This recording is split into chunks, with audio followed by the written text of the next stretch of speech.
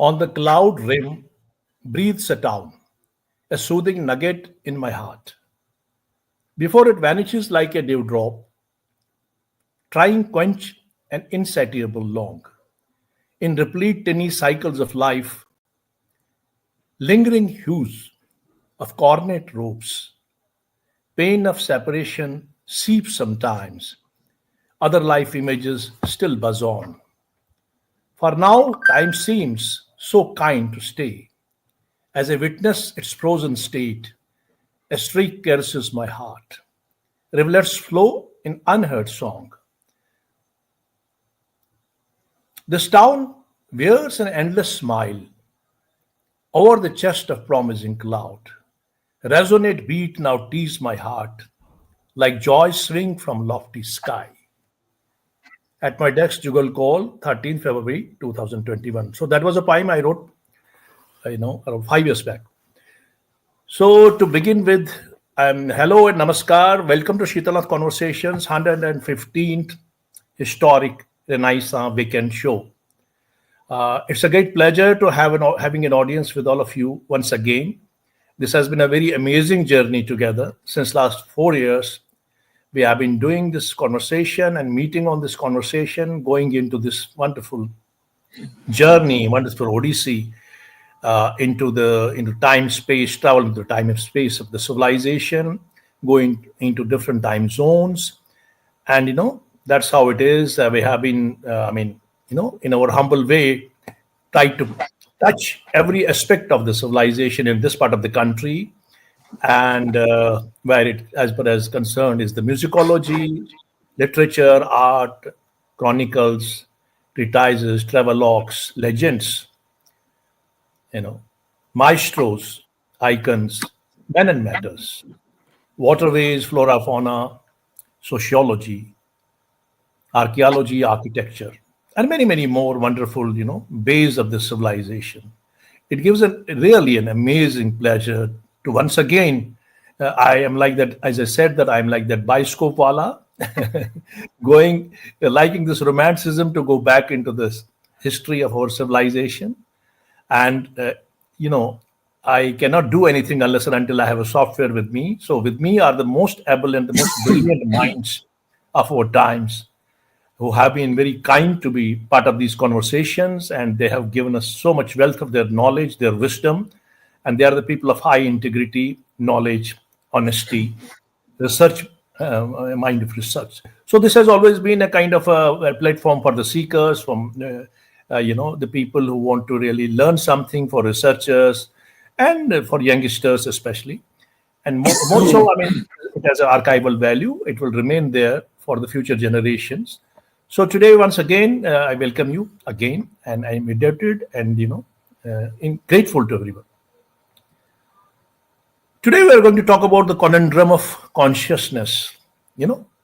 Consciousness. We all have heard about this word, and we have lived with this word right from the time we were born. Especially in our society, we don't know much about consciousness. We have some bookish knowledge about the consciousness, and most of us many of us have the experiential knowledge as well. I remember I have been very fortunate enough, 25 years ago, I started this journey of seeker, not as a researcher, as a seeker of consciousness. So I got an amazing experience in the way.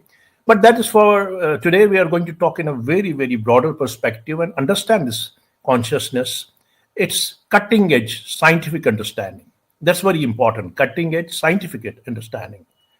Oriental Trika, Vedanta, Darshana, from that point of view, from Occidental point of view, and all the wisdoms. And then we are also going to talk about one of the wonderful books of book talk we have today, that is about the idea of India.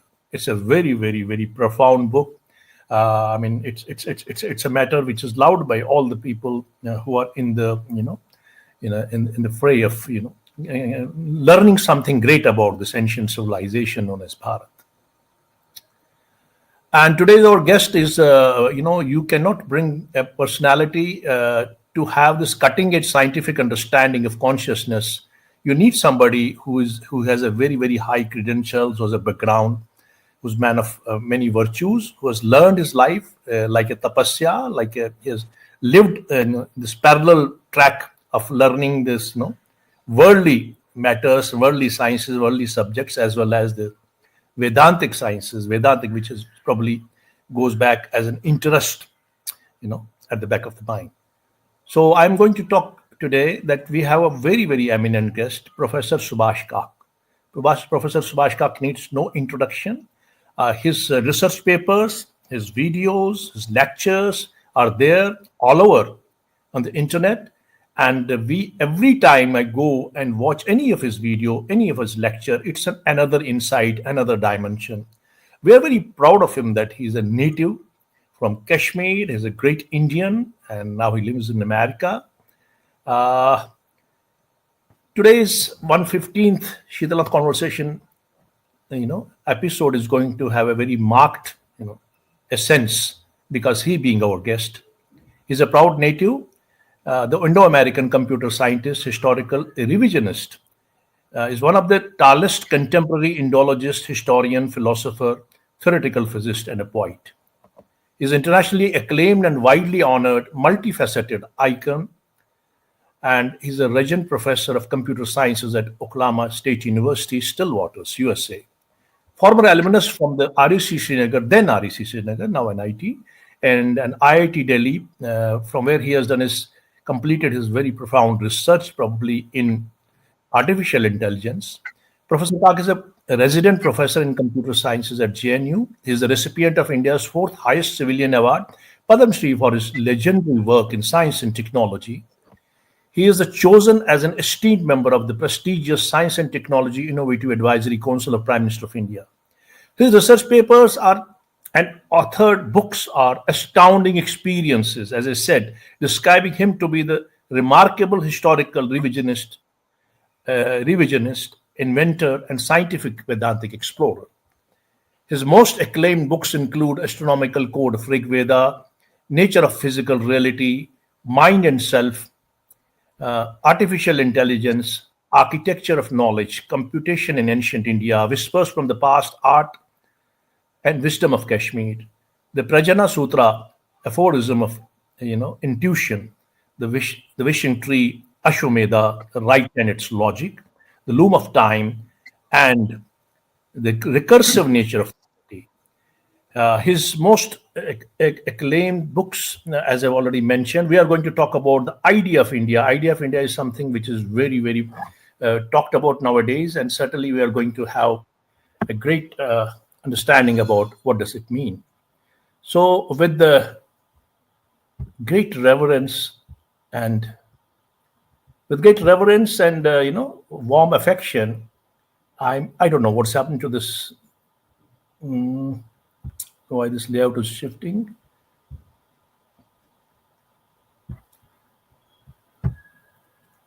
So he's in the small window yet, but I'll just try in between to adjust and bring him into the broader window. So welcome, Dr. Subhash Kak, into Shitalath Conversations 115th show. It's a great privilege and an honor. I will not let. How can I tell you and explain you how much joy and immense, delight I'm encountering nowadays, this time to find you in my studio. Thank you very much, sir. You joined us. I'm really grateful. Thank you, Jugalji. Very happy to be on your show. Yes, to begin with, actually, I forgot to tell one thing which I came to know just now. Just 2 days back, somebody told me that you are an Indian, you're an Indologist, you're an ocean of knowledge, ocean of achievements, and you are doing something back and helping even at this moment of your age. You are helping the people and to understand the Indology in a better perspective and going deeper into the sciences. But then again, you have one small credential, which coincides with mine, that you are from Kashmir and you are a Sathu boy. So I'm also Sathu boy. I always introduce the people who come from Sathu. I tell them that these are the Sathu boys.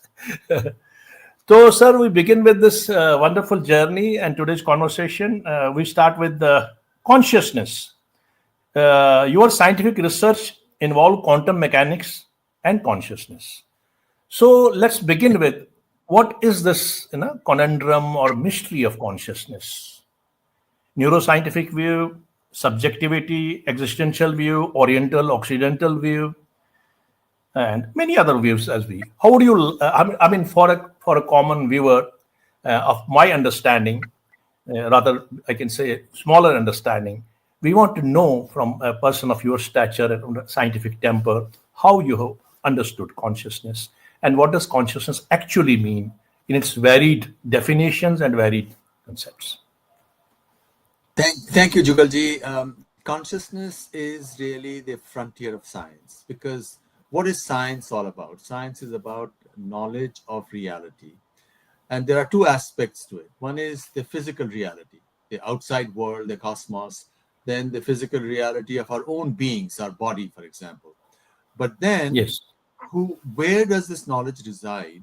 This knowledge resides in our minds, in our consciousness. Now, in the Western tradition, mind and consciousness are sometimes taken to be synonyms, equivalent. Hmm.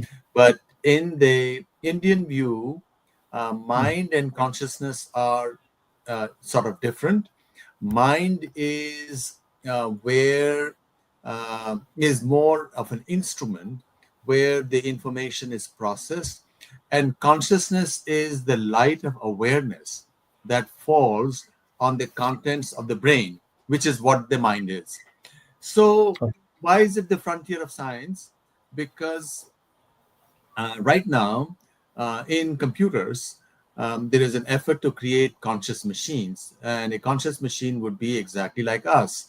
A conscious machine would have a sense of ego, would have memories, and of course, machines already have memories. Would Yes. have judgment. Machines already have judgments, but they don't have an ego. They don't have a sense of awareness. So, if you could create conscious machines, that would change the whole world because then these conscious machines would say, well, these humans are troublesome. Let's get rid of them and Hmm. let's live in this universe by ourselves. And these conscious machines would probably be better able to deal with the environment. They wouldn't suffer from cold and heat and so on, which is what we do suffer from, cold and heat. And so this Exactly. has taken science to this question of where does awareness come in from? Where does this ego come in from? And that's a question which is central to Kashmiri thought and to Indian thought, to Vedanta. It's the very heart of Vedanta. Where does Chit, that is the collection of memories, and ahankar, which is the ego, come in from? And they come in from consciousness because consciousness is the awareness part of ourself. Now, of course, our memories can get affected, and some people, when they grow older, can lose their memories, and therefore their mind doesn't quite work the same way as it used to when they're younger. Hmm. But but they still have that sense of awareness. Right. And right now, there is a lot of work being done in many different fields, not just computer science, but also neuroscience. If the aware self resides somewhere in the brain, can we do some imaging of the brain to find out exactly where in the brain does this self reside? And then in physics also, in physics, Yes. which describes physical systems, all kinds of physical systems on Earth or across space in the cosmos. But uh, who is watching this physical space? Because the observer is always outside of the set of theories. So, right now, especially because of the imperative from the study of conscious machines, and there is a lot of support for it, even from defense departments in the West, because, well, what if you could have um, a, a robot which is conscious, which you can send to the enemy territory, and it would do whatever needed to be done without a loss of life to their own side. But I'm happy to tell you that just a couple of years ago, I published research paper where I was able to mathematically prove that computers will never be conscious.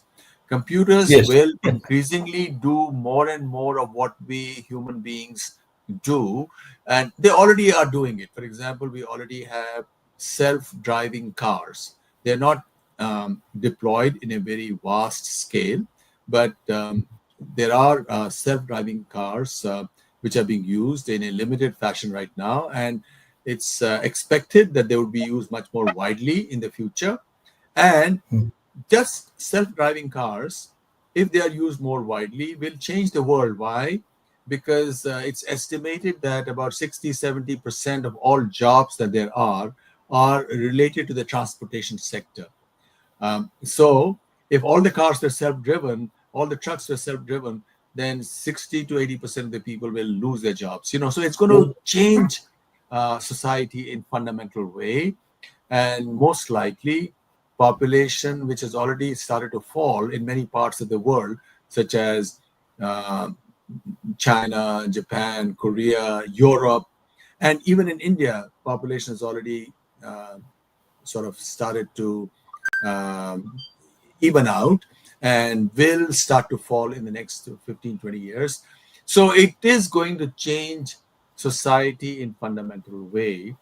Now, um, I mentioned that consciousness is the very heart of Vedanta. Vedanta, where we speak about Brahman, Brahman is the conscious heart of the universe. So the whole idea is that there is the embodied reality, which is like us, our bodies, and the physical structures. But transcending that is Brahman. And another name for that is Shiva. Shiva Oh, is the universal consciousness which interpenetrates all of reality and also transcends it. And my theorem supports it because my theorem is totally in agreement with the arguments of the great Shaivite masters of India or the great Vedantin rishis that we have had in different parts of India. So, because according to this thought, um, that um, that the physical matter that we have or physical structures that we have, we do reasoning, etc. Um, through our memories and through judgment, but it's illuminated by the light of consciousness. So it is illuminated by Shiva who resides within each one of us. And that's why there is this statement, Shivoham, that is sure. Aham Shivaha, I am Shiva. And Kashmir Shaivism, for example, tells us that um, part of our suffering comes from the fact that we have forgotten that we are this powerful um, entity within ourselves. And the whole idea of self knowledge is then to turn one's gaze uh, inward, so to speak, and become one with the Shiva within oneself. Now, in this view, the mind, manas, is an instrument, and computers are also an instrument. So if individuals are different, that's because our minds are different, and our minds, like you and I and everybody else, our minds are different because they're informed by our education, by our uh, uh, the temperament that we are born with, and our own practice and effort. But and as in the great image of the Kathopanishad or in the Bhagavad Gita, each individual can be viewed as a chariot where the senses are the horses, and then um, the lagam is the judgment, and Right. then we have the individual who is the mind, but really it's a hollow mind because next to him is sitting Krishna, who is this universal consciousness, right? And it's really the universal consciousness which provides us the capacity to do amazing things. And but in any event, through our judgment and through our mind, we must control our senses, because otherwise senses will drive the individual into all kinds of dangerous places. Madness. And we will not then be, uh, then it'll be the horses who would be us. It'll be the senses who will be us, rather than the self, the Shiva or Krishna within us. Oh, that's so wonderful. I think, Subhaji, you have explained it so wonderfully, as always. But certainly, I would like to have this going to the elementary concept of the people understand it. I like the Freud's concept. They say that this is tip of an iceberg. The tip is up above, and we are just dealing with the tip. This existential, this universe which is visible is tip, and the entire universe, the entire iceberg is down. It's downstream. It's down into this ocean. So what is this difference of tip of an iceberg, which is above, which is visible, and which is invisible? Slightly, I want to come down to this level, because your level, you are talking of a very high level, but I want to come down to this common understanding level to these things. Hello. Yes. So, what is the um, unconscious, which is the self under the water, right? Which is what governs a lot of what we are doing. Now, within the um, Vedic tradition or the Shaivite tradition, the whole idea is that um, our bodies consist of different sheets, meaning structures which are progressively finer. First of all, we are the body, the physical body, which is called the Annamaya Kosh. Oh, sure. Annamaya meaning consisting of food, of energy. So that's the Annamaya Kosh. Then within it is the pranamaya kosh, and pranas are the various breaths, or Life not force. just the various life forces, and it's not just the breathing of air, but the other processes that are going within one. And finer than that is the manomaya kosh, the sheath of the mind. And above that is the Vijnanamaya Kosh, which is where judgments take place. Because we're not only memories, everybody has memories. Why are some people more effective than some others? Because they have better judgment. And this judgment or buddhi is based on training. And of course, certain things that one comes up with as one is born. Because as we know, in the same family, siblings can be of very different personality. Now, this is all more or less above water. Judgment is also above water. It's that part of oneself which is above water. But higher than this, but in the Western psychological tradition, we are looking at it as the iceberg below. In the Indian tradition, it's the kosh, which is finer and higher than this, and that's called the Anandamaya kosh. Now, that's where the ego or the ahankar resides. And that's also called the Karan Sharir. Now, there are three Sharirs, there are three bodies. One is the Sthula Sharir, which is the gross body, the physical body. Physical, stool. Yeah. The second is the Sukshma Sharir. And the Sukshma Sharir is the subtle body, which consists of mind and Buddhi. judgments, Chitta Ahankar man, as well. buddhi. But even above that is the Karan Sharir. And Karan Sharir is the causal body, which is where the Ahankar comes in. And that's what we are not able to evaluate in our personal lives ordinarily, because you grow up, you go to school, college, get degrees, get work, and we are doing things partly as are expected of us and partly driven by certain desires that we might have. But where do these desires come in, or vasanas, or these are Vasta. things that we want to do? They come from Karan Sharir, which is at the deepest level, which is where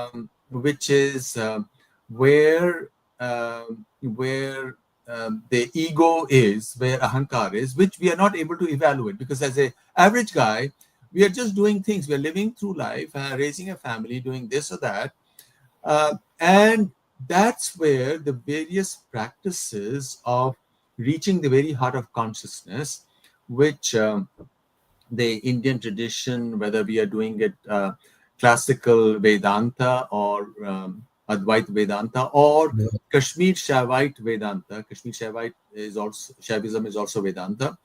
They create different techniques, or they speak of different techniques of going into the very heart of this Karan Sharir, um, into the very heart where your ahankar, your ego resides. And as you do that, as you unravel it, as you open it, you are sort of removing the coverings which obscure the light of consciousness that is within yourself. You can imagine that here is some light which is not physically at any place in the brain, but because it also transcends the brain, it's in the brain, it's everywhere, it's all around us and across us.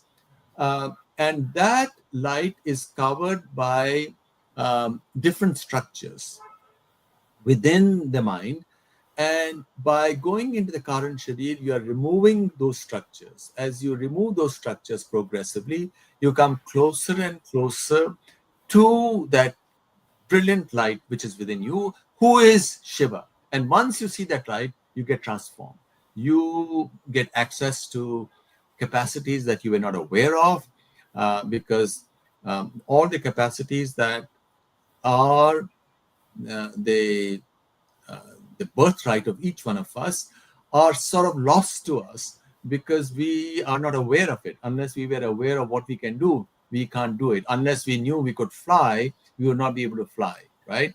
So, then the second part, that of sadhana, comes in from the fact that by going within through different yogic or tantric techniques, yoga is the union, of course, of the embodied self and this light of Shiva and Shakti. That is another way you can look at it.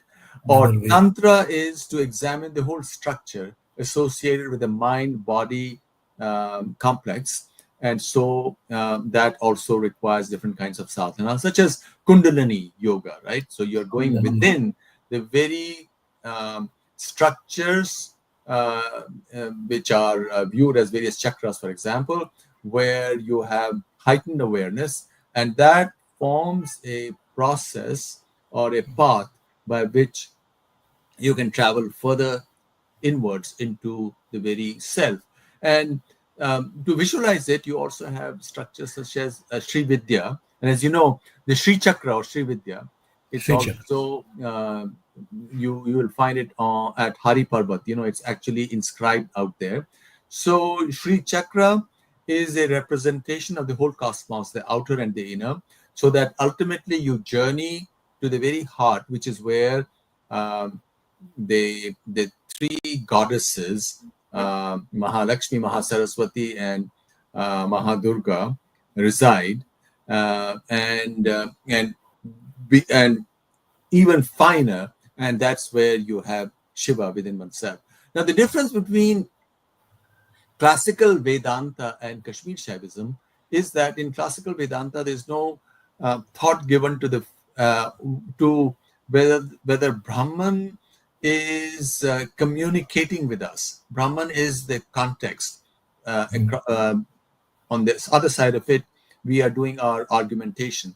While in Kashmir Shaivism, Param Shiva is supposed to be the very heart of awareness and consciousness, and Param Shiva can, through our sadhana, be speaking to our own individual Shiva as experienced by our mind.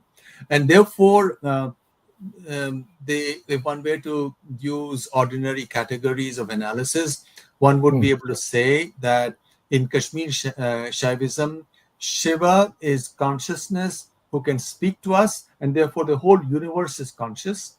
While in classical Vedanta, we are not talking about whether Parabrahma is conscious or not, but we are only speaking about how we relate to it terrestrially in our experience. But but these are only differences in our personal subjective experience of the framework, but because ultimately there is no difference whatsoever between the two Vedantas, whether you are speaking of classical Vedanta or Kashmir Shaivism, because this difference is when we are talking about it in our limited consciousness, in our limited minds. Because if you say that your consciousness is one with Paramashiva, then obviously all those distinctions fall away. Thank you. Subhaji, actually, I wanted to have one question. Your face is all very much illuminating, and certainly it has a very alokik glow. So I can well understand, apart from the enormous experience you have in the computer science and the artificial intelligence and Indology and study, there is something beyond that which has brimmed you. Probably it is the yogic practices. So let's come to the practical experiential side of this whole system, because I am also a practitioner of a kind of a yogic vidya. I'm doing the heart, I'm a trainer also, heartfulness meditation. It's basically Sri Ramachandra mission, but I have experienced it at one point of time. I have some stages. I have actually witnessed these stages, which they say that this is as they say, this is Jagrat, and then there is Sapna. Sapna, we are daily entangling with the Sapna, and Sushapti, and then Turya. And a state when the experiencer, the person who experiences, and the way process of experience, and finally the what is being experienced, these three things become one. So, what is this tangle? Because ultimately, when we come back with a subjective narration. So, this experience I have experienced, but it is long back. I have experienced some movements for some fragment, but now it's not there. Maybe it has some made some inner changes into my brain structure and something like that, improved me as a person. But overall, it is no more there. That experience is no more there. There's a memory to that experience. So, cognitive thing comes in and subjectivity comes in. So kindly, sir, explain. I mean, with your elucidate us with your understanding of this whole experiential, your own experiential, and this mergence of these three things: the experience, the thing to be experienced, and the process of experience. See, we are always separated from what we are seeing, because drishti and drashta, right? Who is the seer and what is being seen? There is this distinction. And in fact, our mind is always operating either in the past or is projecting into the future and is not in the moment, right? Because all memories are of the past. And in fact, when we recall our memories, those memories are also modified by that process of recall. So nothing is fixed, but in any event, it's from the past. So the whole question is, how do we stay in that moment where you are one with the drashta, with the seer? What is being seen and who the seer is become one. And now we all have we have had experiences Yes. where we have let go, and when we let go, it's like a bird flying. Hmm. It's very hard for one to imagine how can a bird fly, but the bird flaps its wings and then it soars in the air, and perhaps the wind currents raise the bird high up, and that's one of the components in the process. So likewise, we have deep experience at our personal level, subjective experience, but after that experience has passed, we are back to our normal self, embodied self, where we are driven by our senses this way or the other way. In fact, one easy image to see how we operate is to imagine that we are in front of a computer. If we are in front of a computer, we'll go from one site to another, to site to another site to another site, and that can go on for the entire day. Or one could imagine, as I can right now in my mind's eye, sitting in the dub of our house Yeah. in Anantnag, where we lived for 2 or 3 years. And from that dub, you can watch people on the street, and you can do it for hours. And even though people are just flitting across on the street, and you don't know them, and that's how our life is. That is a template for anybody's life. All of life is spent in going from one image to another, and they may or may not have any specific logic or significance for you. And just that observation process is what consumes all your time. And this is happening even now in the AI age. All that it has done is that our connection to images has become much more dynamic and powerful. You know, you're in front of your computer or your telephone, you can be watching images, and they can, or you can play games, because those are also images where there's certain amount of buddhi or judgment involved. So there's some interaction that you have to perform. So all of this going from one set of images to another does not bring you to who you are, because these are all separate from you. And this question of getting the seer and the seen together, which is Shiva and Shakti or Vimarsha together, that reflection together, is requires a certain degree of detachment from oneself, because you cannot be normally you are your emotions are coloring your images that you're seeing. So the bhavas that you have, you're not seeing the images for what they really are. There's no clarity. In fact, since you mentioned Mandukya Upanishad, there are four states of awareness, right? The Jagrat, which is the normal Aware. aware state, the the Swapna Avastha, which is the dream state, the Sushupti, which is deep sleep, and finally the Turiya. Now, what's interesting is what we see in our awake state, the Jagrat state, is determined or governed by the parameters of the day, and which is what you have: the sun rising up, and then you have definite walls and streets and different bodies who are all, you know, apart from each other. There is a clear distinction of one from the other in the Jagrata Avastha. Now, now our mind should be completely determined by our experience in the Jagrata Avastha, but that's really not what the case is in the Swapna Avastha, because in the Swapna Avastha, the same mind is able to operate in an entirely new way. You can even imagine that it can fly, right? And the Vedic rishis tell us that in the Swapna Avastha, you have access to aspects of consciousness which you don't have access to in your Jagrata Avastha. Because in Jagrata Avastha, our consciousness and our minds are totally determined by the framework set up by the movement of the sun across the sky, right? Where things are clear, there's clarity, where there is distinction. Now, in the Swapna Avastha, uh, since you don't have those constraints, your mind is able to do things which you were not aware of, and you are letting go. And that's where the whole idea of Hiranya Garbha comes in, or the golden Hiranyagarbha. womb. The golden womb. That's where consciousness speaks to us. You know, consciousness, this higher consciousness, cannot speak to us directly in our normal mind. Why? Because our normal mind has clarity. It says, okay, here I'm in front of a window, and this is my house, and this is my room, and I'm going to step out. I'll be in the street. I'll walk, and there cannot be any creativity either, because you are inside the box.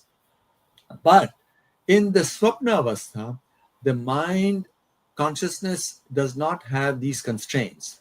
Consciousness has not been boxed in.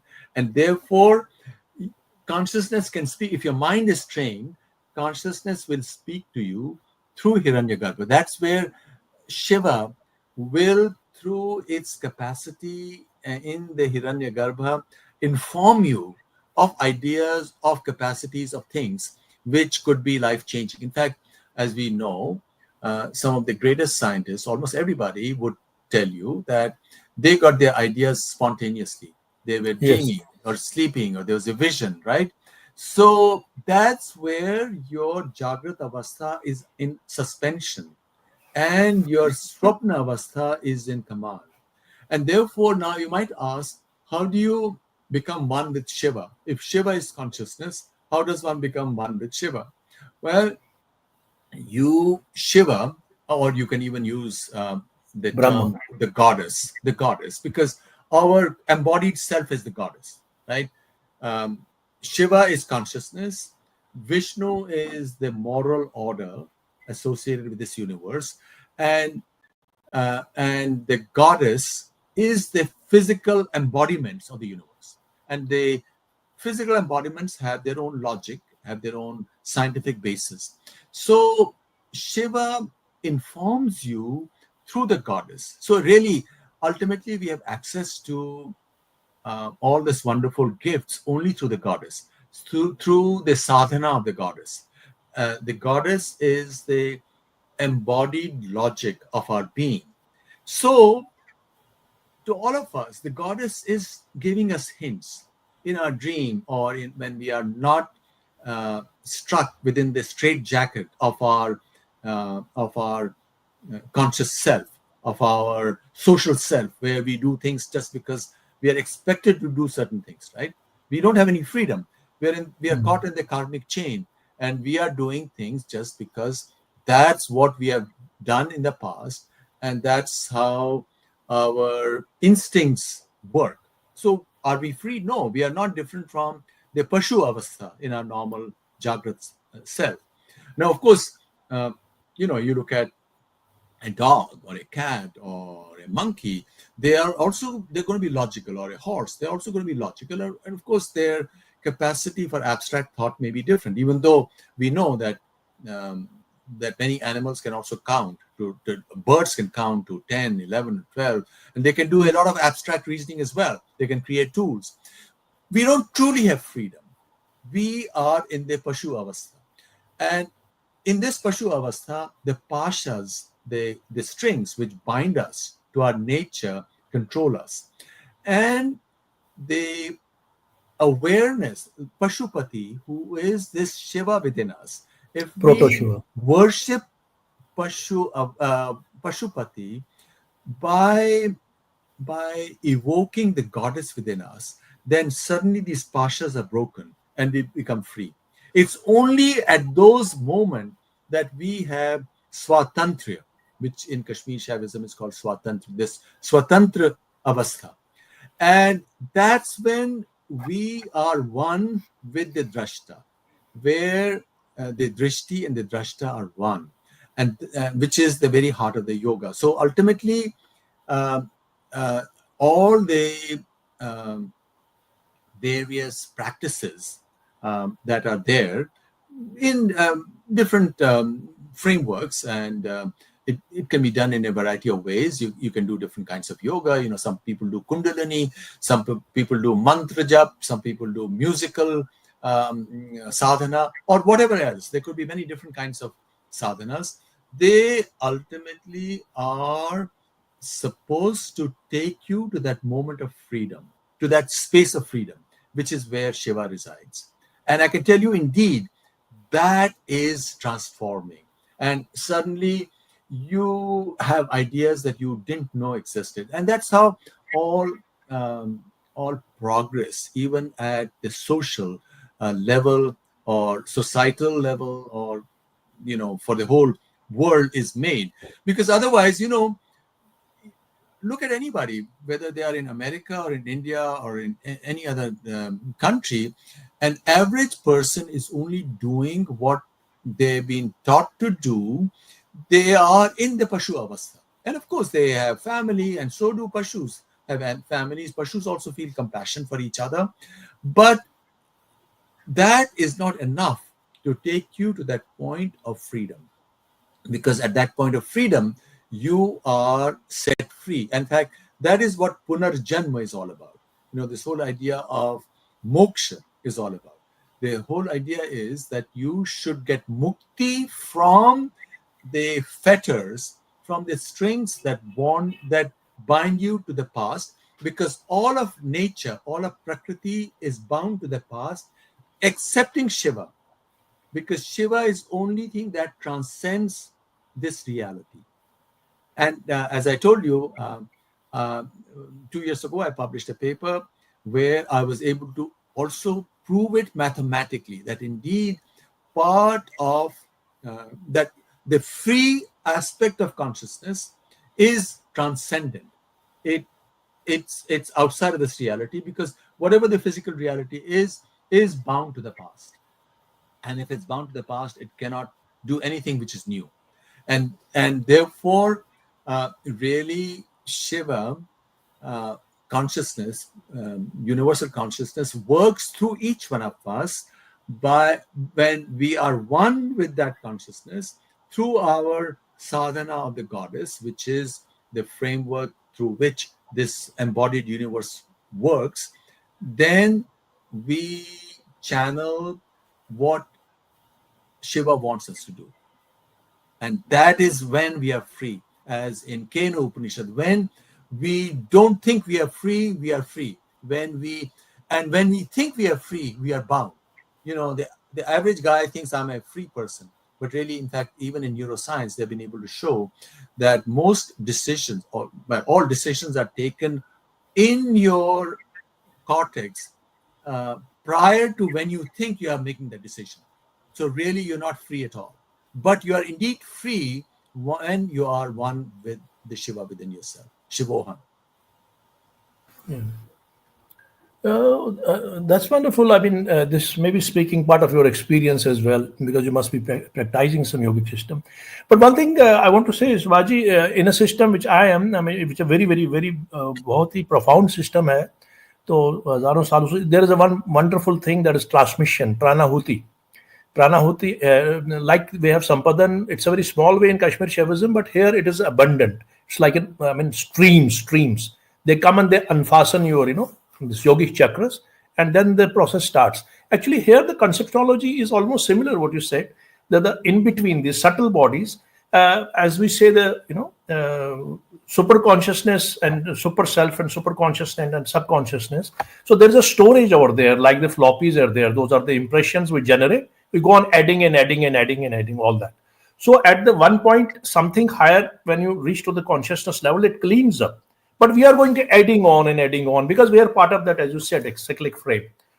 But there's a methodology here where we do a cleaning for our day-to-day impressions, so that they don't become sanskaras. So sanskaras are gradually removed, and it's then filled with the great master's transmission. So something like that happens in some that moments. On its own, this process may be very tedious and very difficult. One. Another thing I want to ask, that all these great people, I know Subhash Kak is certainly, your frame of your this cognitive apparatus, your brain structure, it might be definitely much better. And when we talk about Einstein, or for that matter anybody from the Oriental wisdoms as well, they were the bestowed with that kind of an expansion of their consciousness.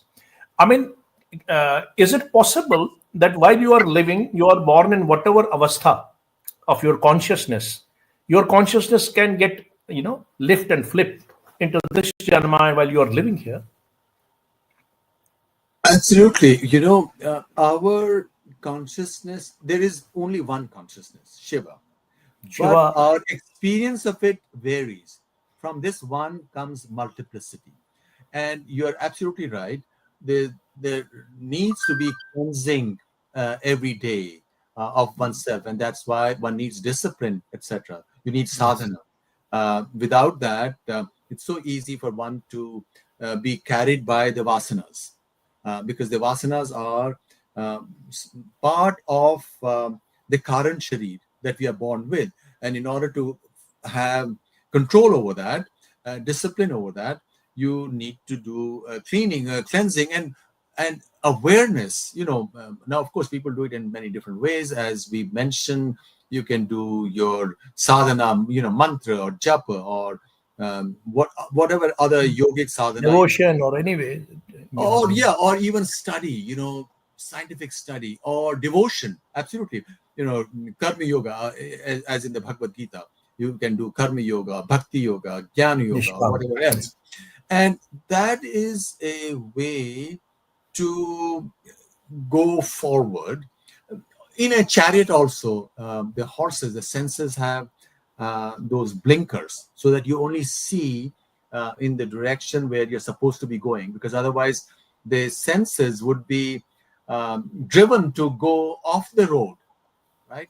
So this is all a part of practice. And here, clearly, the guru can, by inspiration, provide that shortcuts to the sadhak, because you need faith. It's like you want to swim, and if you are logical as a child, you would say, well, I'm scared, I'm going to drown, and you will not be able to swim at all. And there are some people who are never able to swim all their life.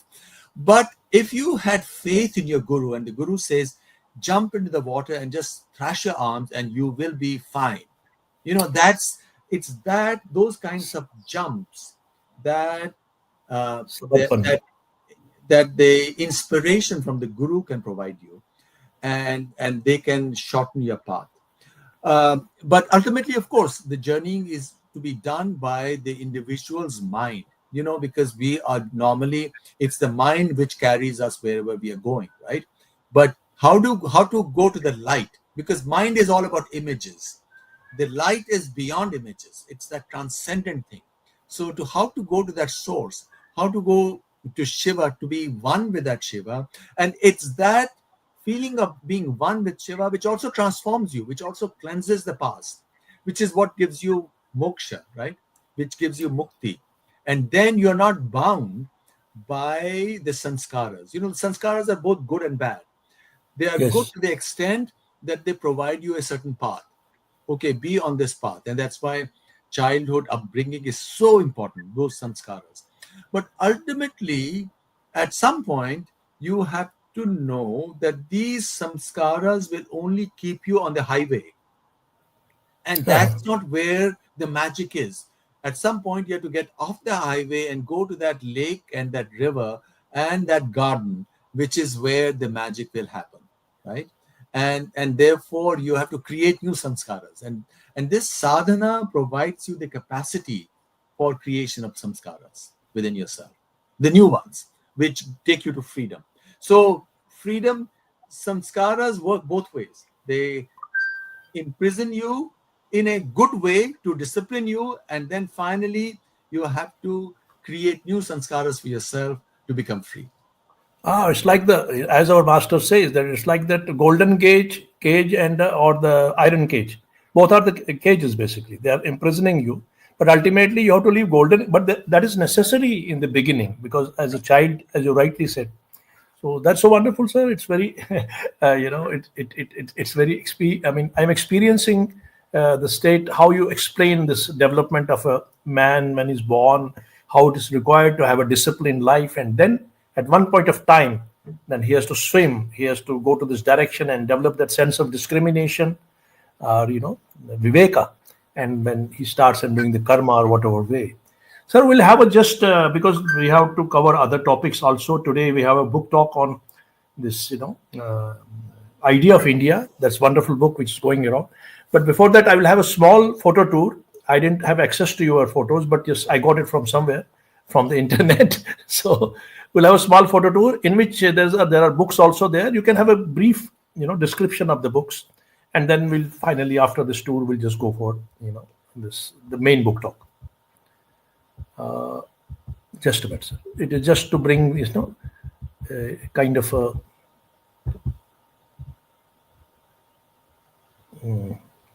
I'll play a bit of music.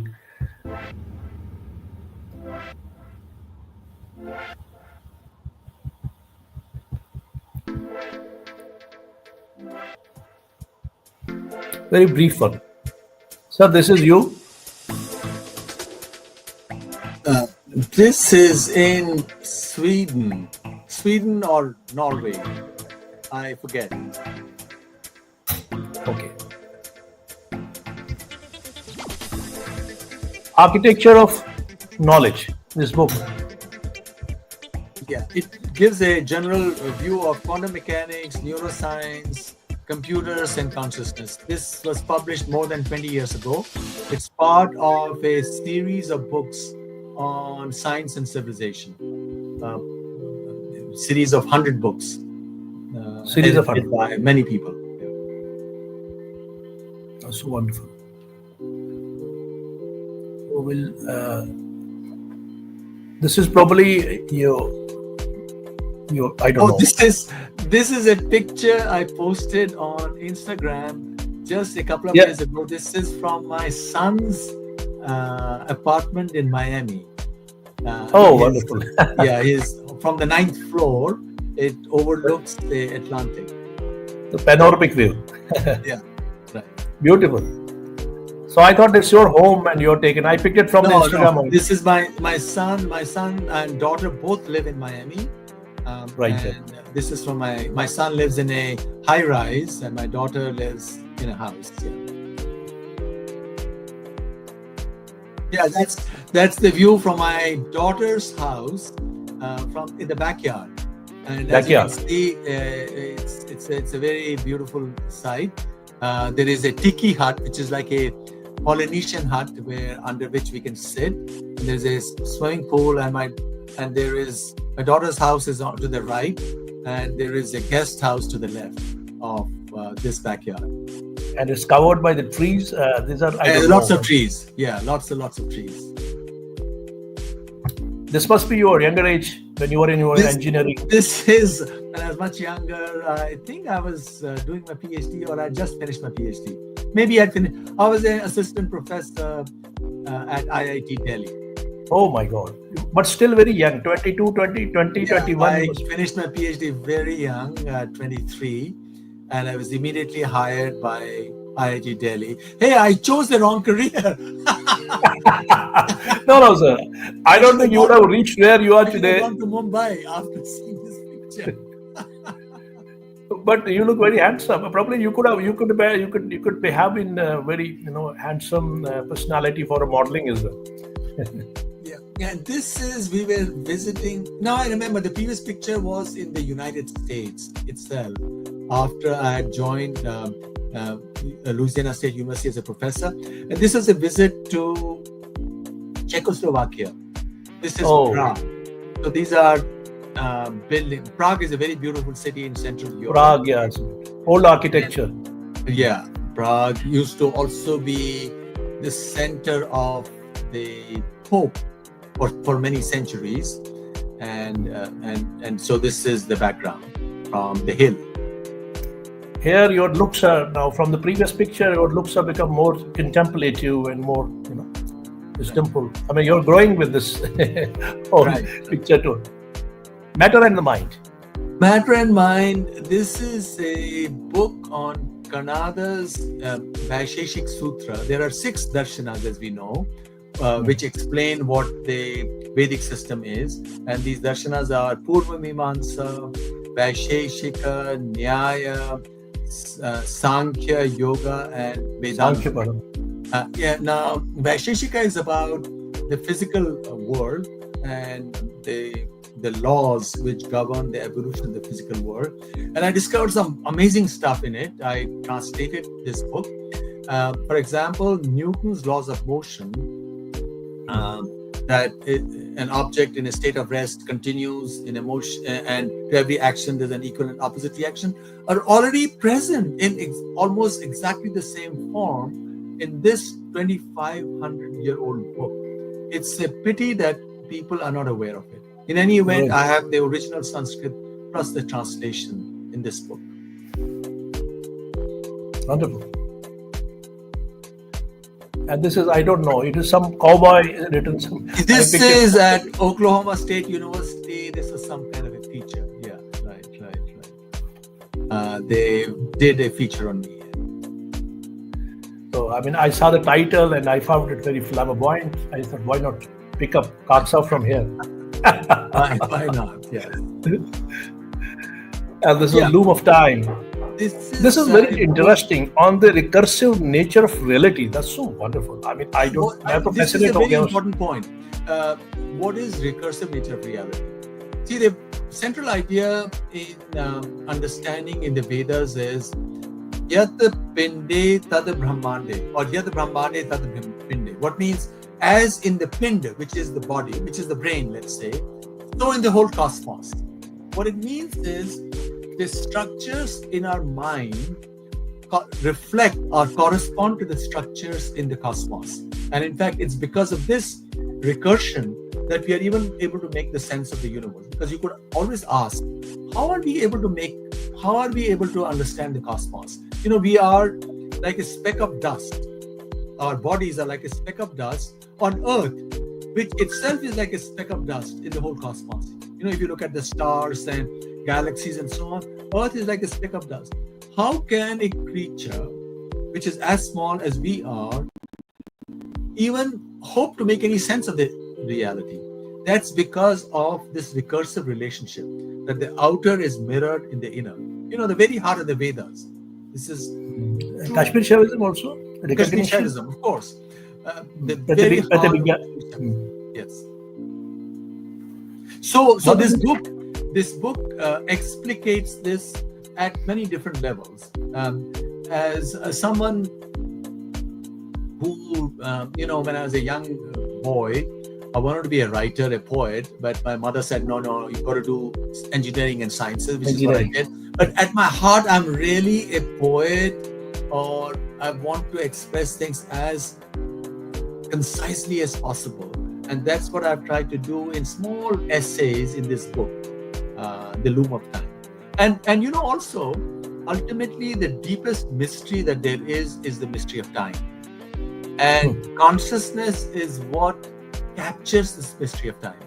And these are issues which have been a part of the thought processes in Kashmir for millennia. And as we know, Kashmir was one of the most productive places in the whole earth in terms of I just did a feature last Sunday in which I told to this world, to my Punjabi friends, they were not aware of it, that Urdu, the beginning and evolution of Urdu, it is around hundreds and 400 Kashmiri Brahmin poets have contributed it from Hindavi to mature as Urdu, and 50% of Sanskrit scriptures are contributed by people who lived in Kashmir or who were Kashmiris. Yes, sir, please. Right, and they were not, and Kashmir's population could not have been that large. So great contributions that have been made, and of course they've been made throughout India. India is a very special place because of this, South India as well, and there has always been a great connection between Kashmir and South India. And in fact, in South India, they worship Sharada, Kashmir Purvasini, Sharada, Kashmir Purvasini, learning, who lives in Kashmir Pur. And there is the Shaivism, the Shaiva Darshan also in Tamil Nadu. So there's tremendous. And also the greatest philosopher from Kashmir was originally, his ancestors had come from Kannauj with Lalitaditya. I'm talking of Abhinav Gupta. Abhinav Gupta's, yeah. So there has been movement of people back and forth between Kashmir. Back and forth. You see this Sharangadeva, his ancestors came from Kashmir, and he made this Karnataka Parallel School of Music, Indian School of Music, grammar, syntax. Absolutely. Sharangadeva was a Kashmiri who wrote... And Kumarajivi and many others, unknown. Kumarjiv did the translations into Chinese, and those translations are still chanted to this day, of the Lotus Sutra, for example. That's so wonderful. Yes, so it's so great. Sometimes I tell my friends that come out of it. Okay, it's good to enjoy your holiday, go to the malls, but study a bit. Now this is the plethora of great knowledge, your books. If they pick one by one, any youngster, then it will open up another drishti, another vision.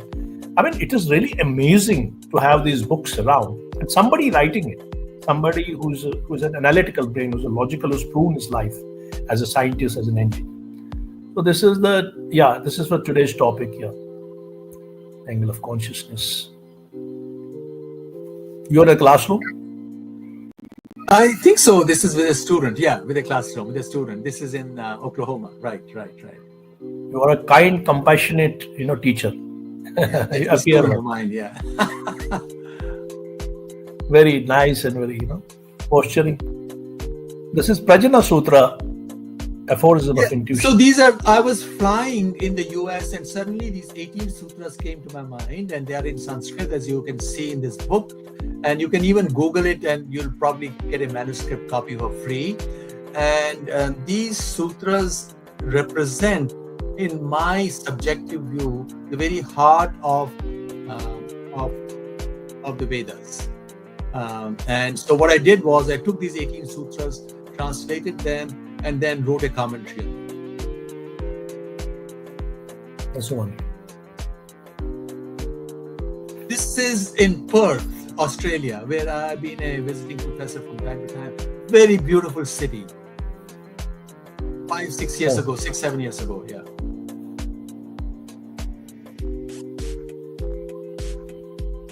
Nature of Physical Reality. This is the third edition. Yeah, this is a book I wrote in the late 80s, where I argued that ultimately there is a limit to what science can teach us, and there will always be a certain portion which will remain beyond logical analysis. And this is, of course, also borne out by science itself. There are certain statements in any logical system which can neither be proven or disproven. And then we are also finding it in various paradoxes of quantum mechanics or of physics and of neuroscience.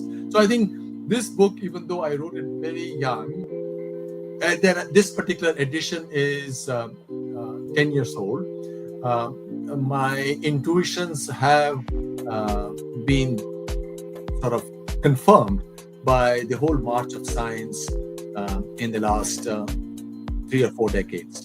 4 decades. That's one. I think you have been all your. I mean, the kind of amount of books you have written, it must have consumed almost all your life. Yeah, this is a set of papers by various scholars on computational thinking and logic, etc., in India, which most Indians are not aware of, and there are many leading Western scholars also who contributed to this volume.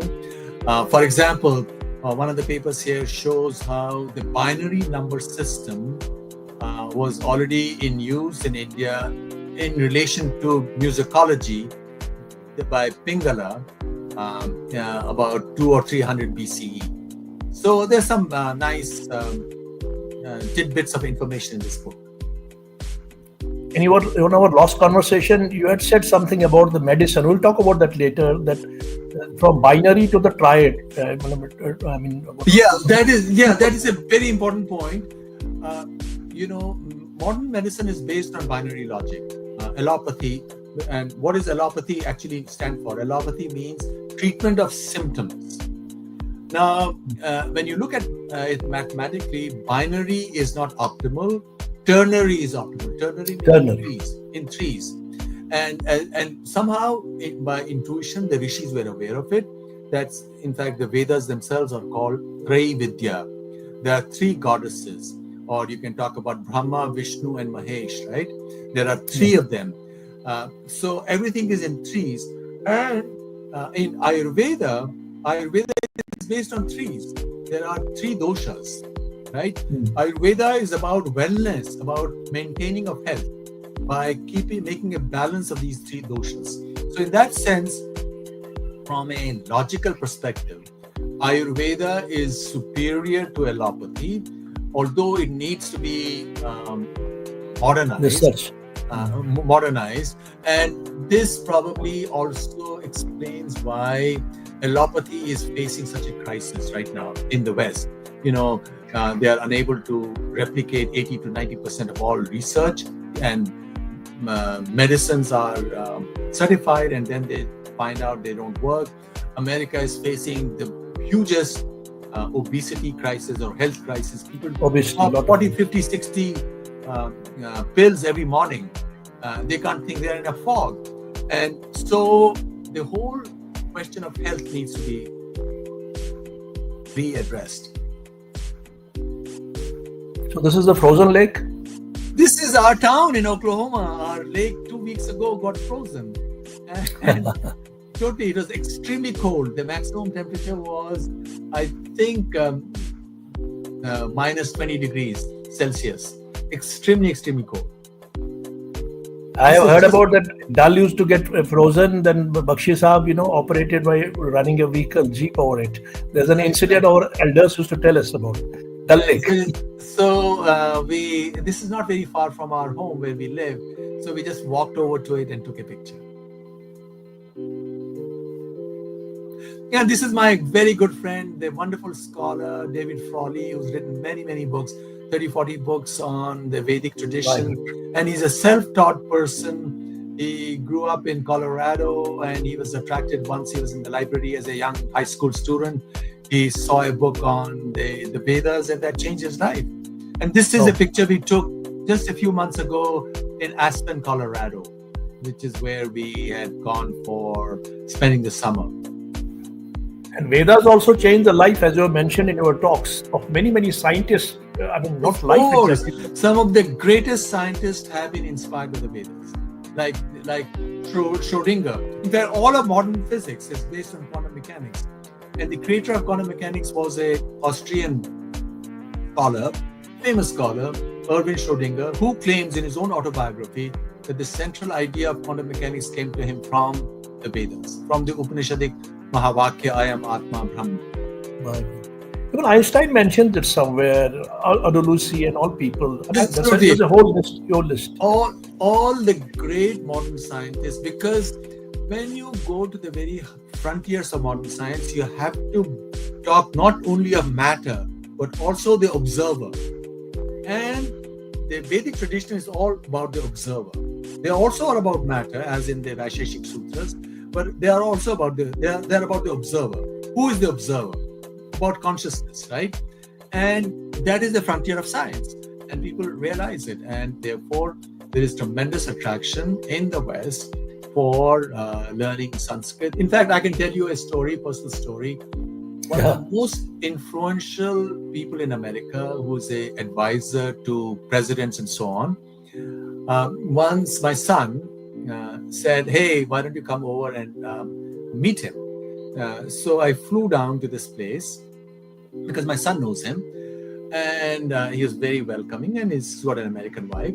So we were there, we had tea, and then his wife said, "Hey, why don't you come up to this second floor where they had a puja room?" I was quite surprised. They made me sit down, and then this American lady, did some stotras in Sanskrit to welcome the guest, Atithi. Beautiful. So a lot of people in the West do it quietly. They're learning. And why? Because if you're open-minded, Sanatan Dharma, what the Vedas are, is Sanatan Dharma. What does Sanatan Dharma means? The eternal laws of reality, of nature, including us, right? That is what Hinduism is all about. That is what Krishna Shaivism is all about. That is what Vedas are all about. They are not sectarian. They're not saying you will go to hell if you don't do this or do that. They say these are laws of truth. And any open-minded person will get attracted to them because everybody wants to know what the truth is. And this is Sanatan Dharma, is the path that's been sketched out for any human being to find truth for themselves. No coercion, no compulsion. And besides, it's not linear. I mean, you can have it at your own. It's not linear. It is many dimensional. And you can choose your own path at your own pace. You can say, well, right now I'm busy, I'm raising my family, fine, that's great. And I want to do it now. I want to, do whatever. But what it says is be ethical, be truthful, be moral, because that's where the dharma part, the four purusharthas. Dharma mean morality, artha, ambition, kama, desire. Good to have desire, so long as it's within the framework of morality, and moksha. Moksha means freedom, also tyaga, because freedom from attachment is tyaga. So you have to be prepared to give up. And so long as you are within the guardrails of dharma and tyaga, be ambitious, do well, and have desires, and change the world. And in fact, my argument is, if Indians are so successful right now all over the world, and they had all the greatest companies everywhere. That's because they are good people, because they want to live life according to Sanatan Dharma for the goodness of all. Yes. Yeah, this was, I think, the World Book Fair 2025. There's a publisher in Delhi who's published these 3 books of mine. The Idea of India, Eternal Bharat, which is a summary of what Sanatan Dharma is all about. In fact, eternal meaning Sanatan. And the third book is The Age of AI, which is where the world is going. All of the world is going towards AI. Machines will do whatever human beings are doing right now. They'll do reasoning, this and that. So there'll be not much left for humans. There'll be a lot of unhappiness, wars perhaps. Populations will collapse, and populations have already begun to collapse in many parts of the world. So the world is going to go through the most excruciatingly painful change. And I believe that the only way out would be Sanatan truth for everybody. And it's, for all human beings and all life to come together and to celebrate the mystery and magic of our existence on earth. Wonderful. That's true, sir. I mean, even for that matter, the gadgets, this technical gadgets, even if it takes all employment from the humans, it overtakes human. But at the same time, even if I can see many of our generation, they have lost this memory. There's a loss of memory. There's a loss of perception. There's a disintegration of psychological. Jugalji, you make a great point, and in fact, this is a point that was also made to me the other day by my friend David Frawley. He says, look, when you're looking at your phone all the time, the world appears two-dimensional, and it's changing the very structure of your mind. So David was saying that, look, the least a person can do in the evening, go out into the open and look at the stars. At least that will act as one way of freeing your mind from this prison of two-dimensionality, of just images. And by just doing images, your mind is getting imprisoned and constrained into a way which separates from you, also from your own memories, because your memories are not two-dimensional. They are in multiple dimensions. But once you force your mind into two dimensions, there will be loss of memory of various kind. You said a beautiful thing other day in some show. All your shows are wonderful to watch. You said that like that in Kashmir Darshan, the sun is there, but when the sunlight comes and it falls on the different utensils or different vessels, it has that is the consciousness. You're talking about the consciousness. Please tell us. Please. There is only one Shiva who is like the sun outside, but the same sun outside in a million different pots of water that all will shine, right? So the same Shiva is within each one of us, within every human being, and within animals also. I think this is beautiful, and it's true. I can tell you from my personal, not just intellectual study, but from my personal sadhana, and also this mathematical theorem that I've proven, which says that there is one consciousness, that indeed this is true. And if it's true, this should be the way for all of us to come together and celebrate the same divinity within each one of us. That's wonderful. The Wishing Tree, Presence and Promise of India. I don't know. This seems to be a bit political. This was published many years ago. This is a book on different essays on history of India, and intellectual and spiritual history of India. Nice essays. By different authors contributed. No, my own essays. Your own. Okay. Sir, I'm amazed at your body of work. Here you are in a very lighter mode. You are in the three-dimensional reality. This is just a couple of years ago in Key West. Key West is, if you go down from Miami, and there are keys are named for islands in American English. In Florida, you call them keys, Key. So there's about 200 miles of one key followed by another. So it's very narrow, and they have combined them. And at the very end is a key called Key West, which is only 30-40 miles north of Havana in Cuba. And so it's a great tourism place, Havana. and that's where we were, and that's where um, Ernest Hemingway, the American novelist, Ernest lived Hemingway, for yeah. some time. Yeah, lived, and I don't know whether he Wonderful. shot himself to death there, but we visited his home as well in Key West. I still remember is that our college book, that Old Man and the Sea. Oh, I remember that book very well. A beautiful book. Beautiful book. The Old Man and the Sea. Wonderful. I don't know. I mean, committing suicide, somewhere actually this happens because you lose your inner strength or connection to the. No. What had happened to him was that a year or two prior to that, he had an accident where the plane he was in crashed. This was in Africa. Oh. And then there was another accident. So he, after that, was in tremendous excruciating physical pain. And it's now, it could have been other psychological pain as well, but he was in tremendous pain, so he decided to end his life. He was quite young. He was still in his early 60s, if I'm not mistaken. Yeah, this is a book we just came out a few months ago, and I love this book, Whispers from the Past, Art and Wisdom of Kashmir, which is my take on the culture of Kashmir. So it gives the political history as well in short chapters, and also something on Kashmiri art, music, painting, and Paintings. Yeah. It's about the and storytelling.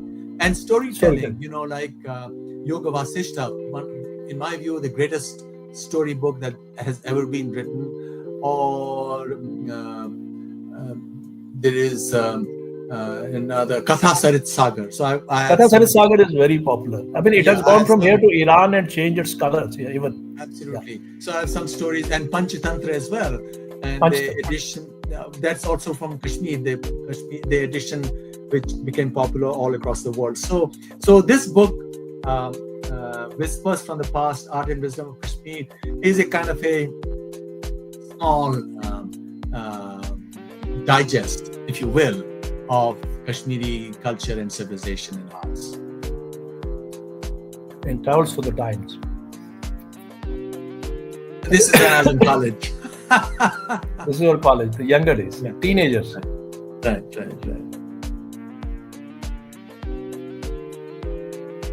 They change, and this is just a few months ago in Aspen, Colorado. Our son was spending the summer there, so we went down there for a couple of weeks, and we were just taking a walk in Aspen. It's a lovely town. It's a lovely town in Colorado, in the mountains. Colorado. And this is something Ashwamedha, wonderful.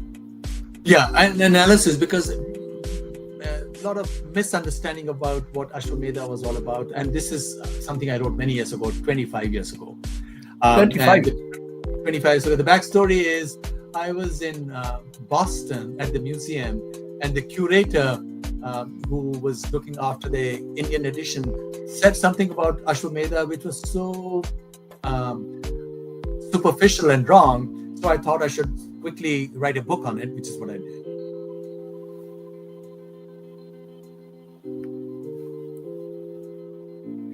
This is your lecture, probably, somewhere. Yeah, somewhere more recently, some lecture. Right.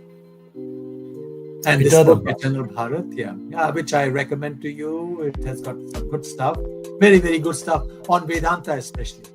It's got some wonderful stuff on Vedanta. On Karan Sharir, we talked about Karan Sukshma Sharir, and all that stuff. Yeah. And also on architecture, it has something on. This is a book I wrote in the 90s. I discovered a code in the very structure of the Rig Veda, which explains the Jyotish knowledge of the ancient Indian times. So it is a spontaneous discovery. Spoke about this Hiranyagarbha. So all this came from the Hiranyagarbha. I am not responsible. It came in. I was watching. I was reading a book. I think I was reading a magazine, the New Yorker, and suddenly out of Hiranyagarbha came this whole theory of the astronomy of the Vedic times, on which I published a book ultimately. That's wonderful. Yeah, this is in college days. Yeah, Full of aspirations. Huh? right. This Yeah, will the talk idea of later. India. Yeah, this was First published of all, 2 years ago. we'll close this photo session here. Here at this beautiful photograph of yours. Could you explain a bit?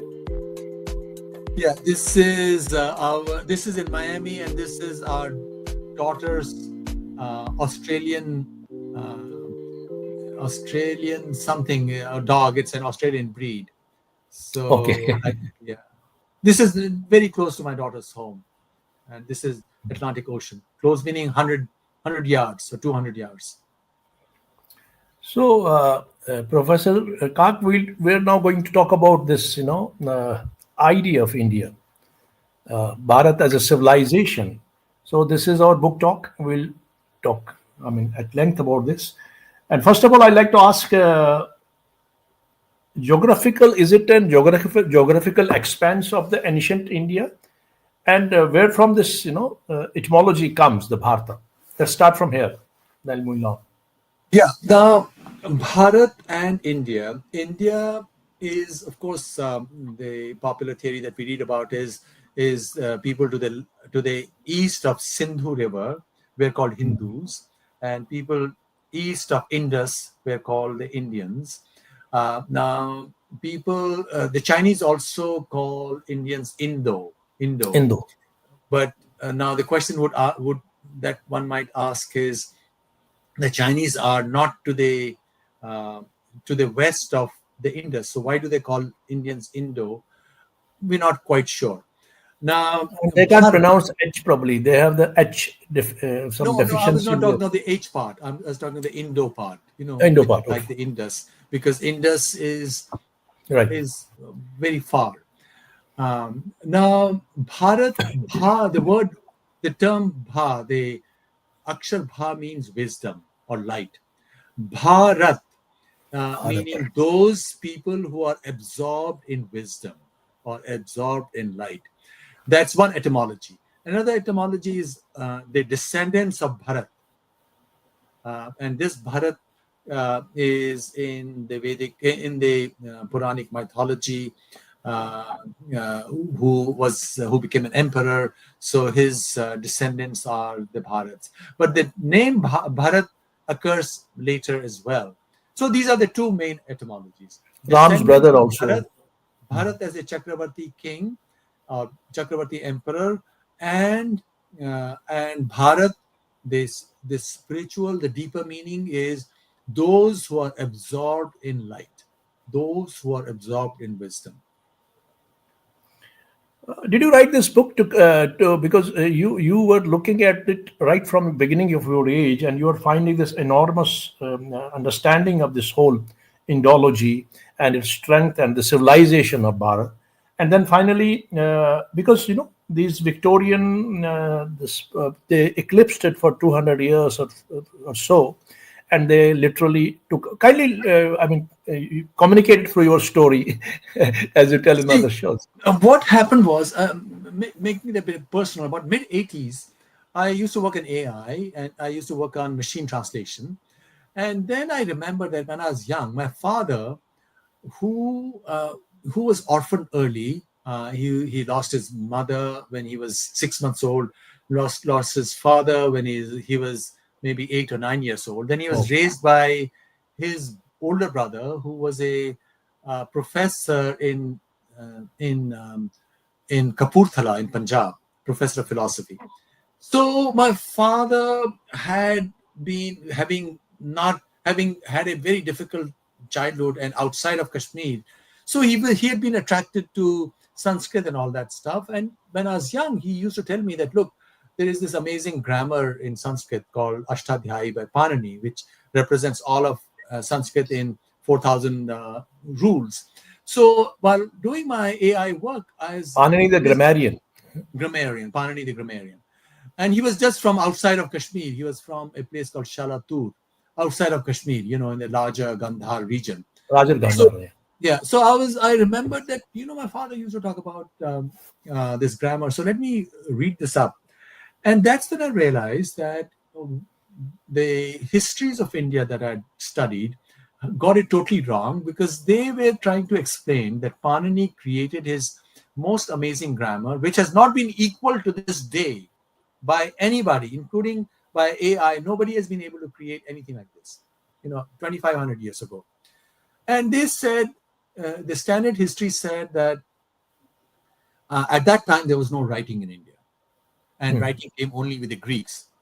But how could that be? How could somebody write 4,000 rules without help of writing? 4,000 rules where the sequence of rules matters. You need some aid, and you can't always memorize it because memory has limitations. Yes. So I said I must examine it myself. So that's the reason why I started studying Sanskrit literature. I started the Shastras, the sciences, the Jyotish, the Vedas, and Yes. so on. And I discovered all of those sciences on which I wrote many, many papers in the leading scientific journals, which countered the Western view, Western standard view.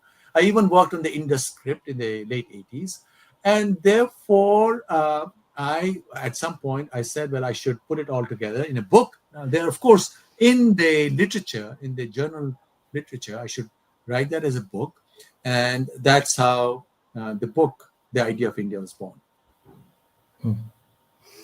And I probably you go back to this those periods, and which we are proud of, like you said, Panini, the grammarian, geometry we had, and calculus Right, before Newton, and Jyotish, astrology, astronomy, medicines, right, hello, right. and all these things. Would you kindly give us a very detailed kind of a conceptualization?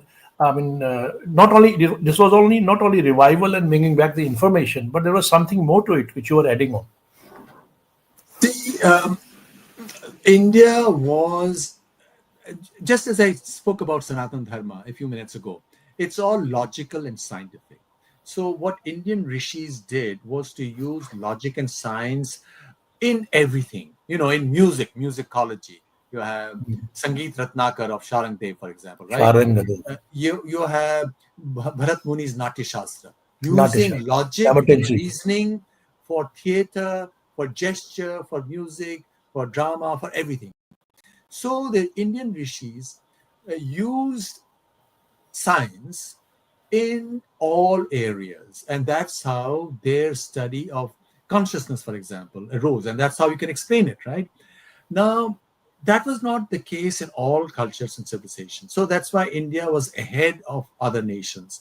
And India's share of the world economy also was about 40 to 50% until 1000. So it was the richest country, which is why everybody wanted to come to India, which is why Europeans discovered America, because they actually wanted to create a new sea path to India, because their uh, overland path to India had been stopped since the Islamic the Turks By conquered Turks. Asia, the overland route. So India, and why did they want to visit India? Because India was the richest part of the world, and uh, after 1000, after the coming of Islam in India, the share of India's GDP went down from, say, 45% to about 20% by 1800, but it was still very rich. That's why East India Company was interested in India. Now, India's real impoverishment took place during the British rule. From 1800, when Britain got political control over most of India, to 1918, the First World War, India's share of the world economy dropped from 20% to 1.4%. That's when these famines occurred. That's when, and it happened in a very complicated way. Why? Because in the early 1820s, there was the Industrial Revolution that took place in Europe. So Britain created these factories, and they started selling the products of these factories to India, but they didn't allow India to have these factories. So India became a net consumer of British factories, factories in Manchester and elsewhere. And India's own trades and crafts were destroyed to a great extent. And Indigenous that trade. and then Britain placed these huge tariffs and taxes for its own industrialization, which led to famines in India. And there are estimates that about 100 million um, Indians died in famines. Oh, So it was all that story I wanted to set right.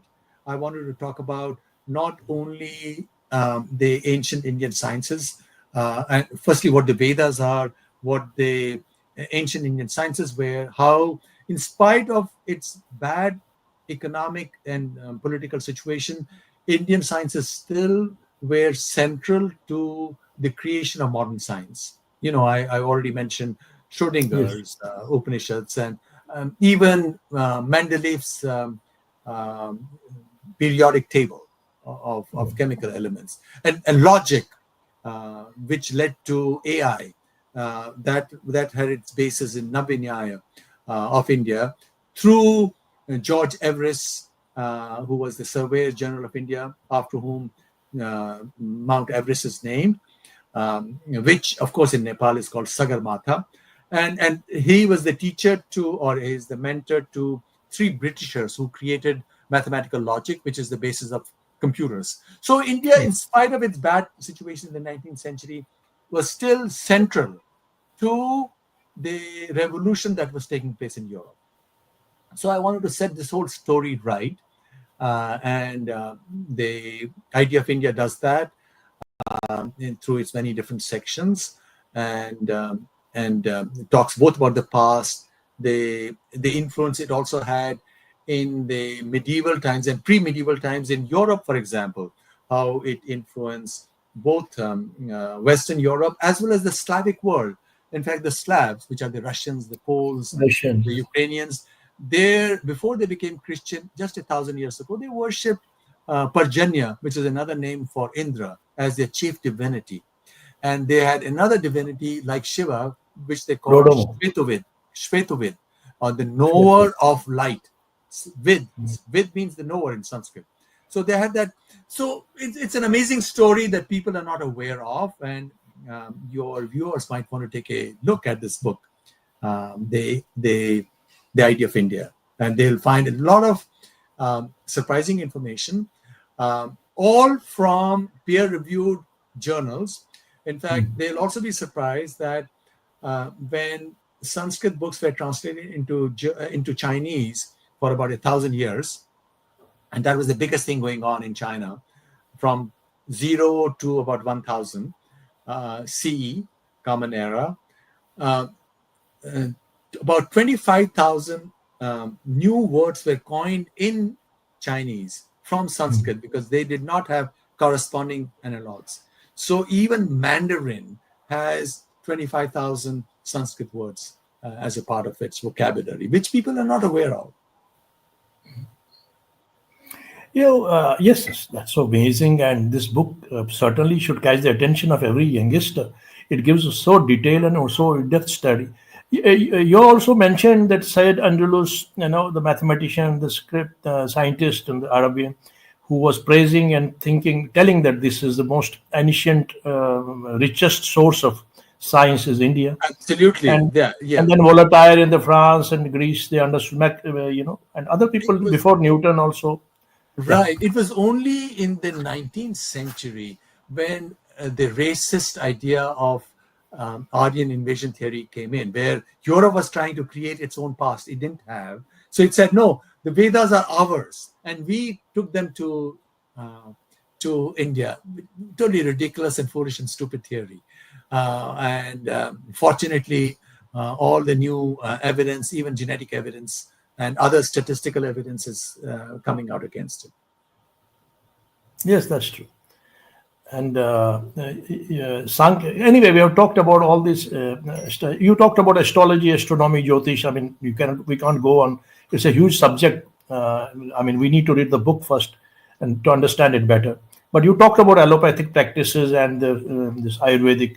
And the Paninini's grammar, as you said, that this is still amazes till now. It has not been utilized and written by anybody in the world. And I don't know what are your views about the Max Muller, but yes, I can say that for that matter, if we proceed further, you have discovered this e-dimensional theory hypothesis. We talked about it in the last session as well, dispelling the prevalent understanding over the expanding universe. You derived from the Vaishakya Sutra. I don't know. I mean, you can explain, give it a bit of Well, understanding yeah, about. since last 3-4 years, I've been working on this new idea that space is e-dimensional, and the idea can be the seed of this idea can be seen in the idea of akasha in Vaisheshik Sutra or in Sankhya. You have akash as one of the elements. Akash. You have earth, water, uh, fire, air, and akasha. Akasha used to be translated as space, but really akasha is dynamic. And the idea came to me that maybe this akasha refers to, and it's based on a mathematical theorem, refers to the very structure which is a-dimensional. And once you take that, it also explains things of the genetic code and so on. And I published many, many papers in it.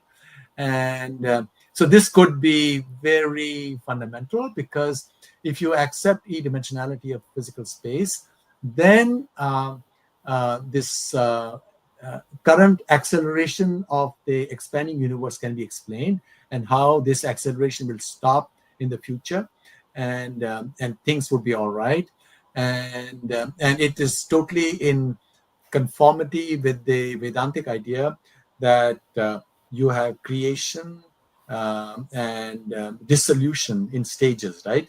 The Shiva's dance, Nataraja's dance, Shiva's Natarajan. dance, creation and then destruction. Simultaneously. This is He does it this is simultaneously. yeah, this is simultaneously within the individual, but also at the cosmic level, because whatever happens at the individual level also happens at the cosmic level. So everything seems to come together. So I'm hoping that all this will spread beyond the pages of scientific journals, where many articles have been published already, and more into public discourse, and that'll be nice, because all this has seeds within it of solution of many other problems. Because if all information is e-dimensional, then possibly it should also be of use in the study of medical information, biological information, and that might Yes. provide clues to how future advances in biology and medicine may take place. Kashmiris celebrate Mahashivratri in a very different way. And they are the proud owner of, they say that Mahashiva, this, Tarkashastra, although Tarkashastra is the same as Vedanta, it cannot be disconnected with Vedanta, which I fully agree with you. But the celebration, apart from the story of Shiv Parvati or Shiva Shakti, could you kindly, elucidate us with some universal essence and effect of this whole Well, ritualistic story part to the consciousness part? Shivratri, Mahashivratri. Yeah. Okay, the story is, of course, Parvati Yeah. decides that she should marry Shiva, and she does this tremendous tapasya, right? She becomes Aparna. She doesn't even take leaves. Parna means leave. Aparna. She doesn't even eat anything. And finally, Shiva appears, and this is a marriage. You know what this really story is all about? Is about every individual. Each human being is, our body is the goddess, right? Materiality, whatever is Prakriti is the goddess. Prakriti is the goddess. Parvati is Prakriti also. Prakriti, yeah. So if only we do tapasya, that is when Shiva will appear, because tapasya is that heat. Tapas means heat. Through this heat and suffering, you have to take the coverings off your mind. And when you take the coverings off your mind, Shiva appears. Shiva in all his glory appears, right? And that is the story of Mahashivratri. It is the marriage of Shiva and Parvati, right? It's as a at the universal scale, because this happens also at the cosmic level. And at the cosmic level, on the Mahashivratri morning, when you see sunrise, Shiva as the sun. In fact, this is true. You can check it out. As the sun rises, just on the tip of the circle of the Shiva will be the crescent moon. And Krishna.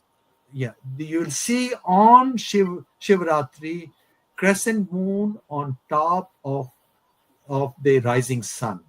And on the background is Akash Ganga, which is shown as the Milky Ganga Way. coming out of the locks of Shiva, right? So this is also something at the cosmic plane, which is then worshipped at the individual level. And I remember I have wonderful memories of Mahashivratri, puja for days in our house in Sattu Barbarsha. And we also used to play those cowdies, right? Howdy, yeah, that was.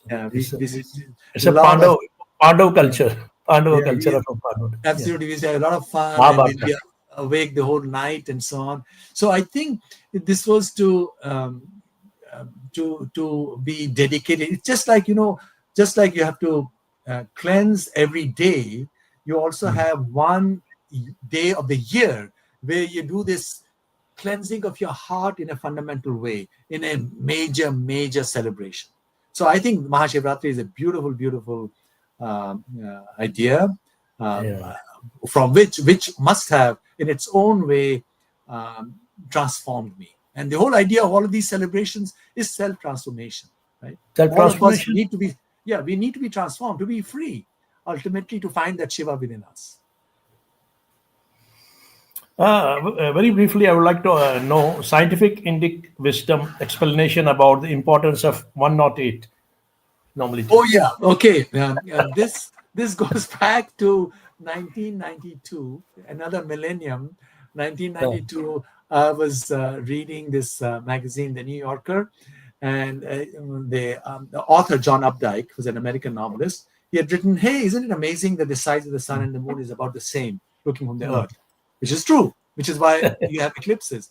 And suddenly, through Hiranyagarbha, something happened at that moment. I can even remember Correct. it. I knew it had something to do with the Rig Veda. So I went to my other room with the library and looked up the organization of the Rig Veda. I discovered that the Rig Veda has 1017 hymns or suktas, 1017 hymns. 1017 is 339 times 3. Now the 3 comes in because of Vidya. The Vedic wisdom is triple, right? There are threes. Everything is in threes. Birth, maintenance, destruction, right? Yesterday, today, tomorrow. Everything is in threes. Icha, Yeah. Shakti, Gyan Shakti, and Kriya Shakti. Everything is in threes. So 339 times 3 is 1017. Now, if the sun is 108 times away, its diameter away from Earth, from sunrise to sunset, you'll have 339 circles from sunrise to sunset. Oh, 339. And that is where the secret of 108 was hidden. That the sun is 108 times its diameter from the earth. The moon is 108 times its diameter from the earth, which is true. oh, And it's also true that the diameter of the sun is 108 times the diameter of the earth. Isn't that amazing? And because the outer is mirrored in the inner, in our sadhana, we are reflection. we are supposed to do 108 japas, because Yes, you are we have the making a breathing. symbolic journey from the earth, which is your body, to the inner sun, who is the Shiva within you, right? So that's why you have 108 dance poses in Bharatanatyam, Bharatanatyam. which are already inscribed in temples 1,000 years ago or 2,000 years ago. Those 108 dance poses. These are secret knowledge about it. These are secret Sanatan knowledge, which people can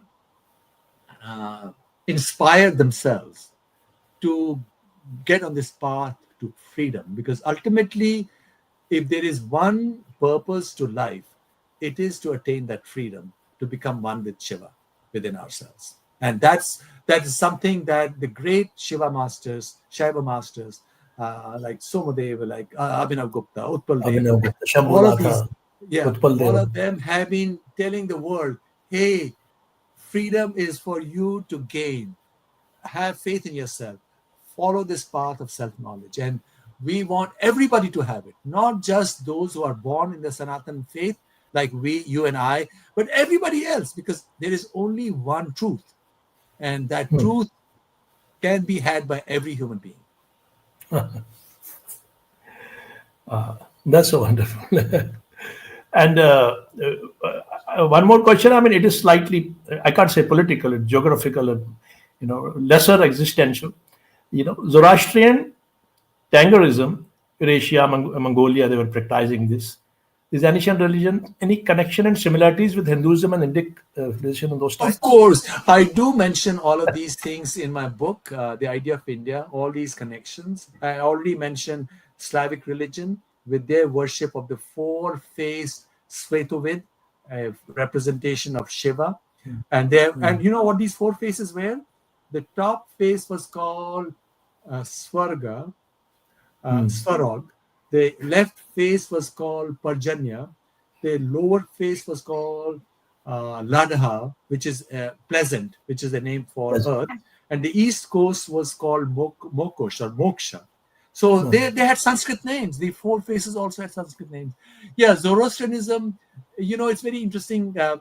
They have Fire worshipping, sun worshipping goes very as back as. absolutely, and also, they have this ceremony where a sash is bound around the waist, for just like Yagyopavit for men. But Yes. Kashmiri Pandit women also used to have I forget the name. They used to wear a kind of a string around the waist. I forget the name of it. I've written on it. The very old ladies kind. Yeah, but it used to be a part of everybody. Now it's been forgotten. So there It was are in this old attire, yeah, in those times. yeah. Right. I don't know, But it was white.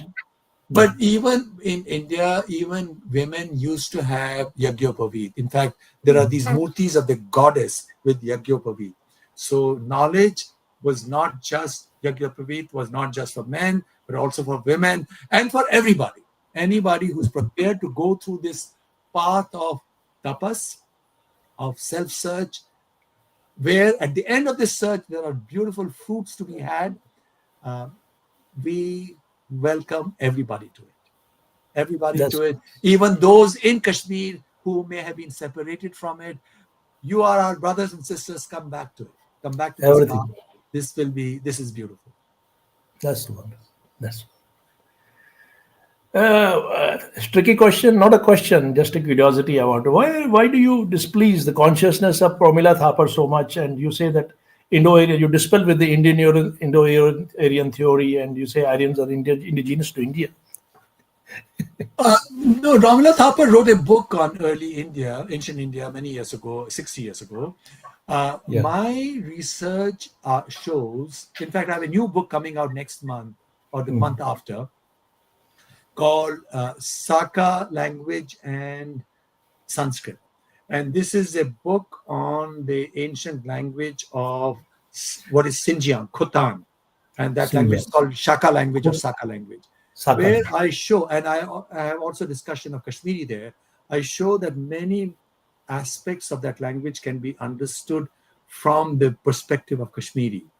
And it's most natural to see that part of the world as an extension of Kashmir. And as you mentioned, Kumar Jeev, who went there from Kashmir, his mother was from Kucha, She but was there. Father was a Kashmir. his father was a Kashmiri.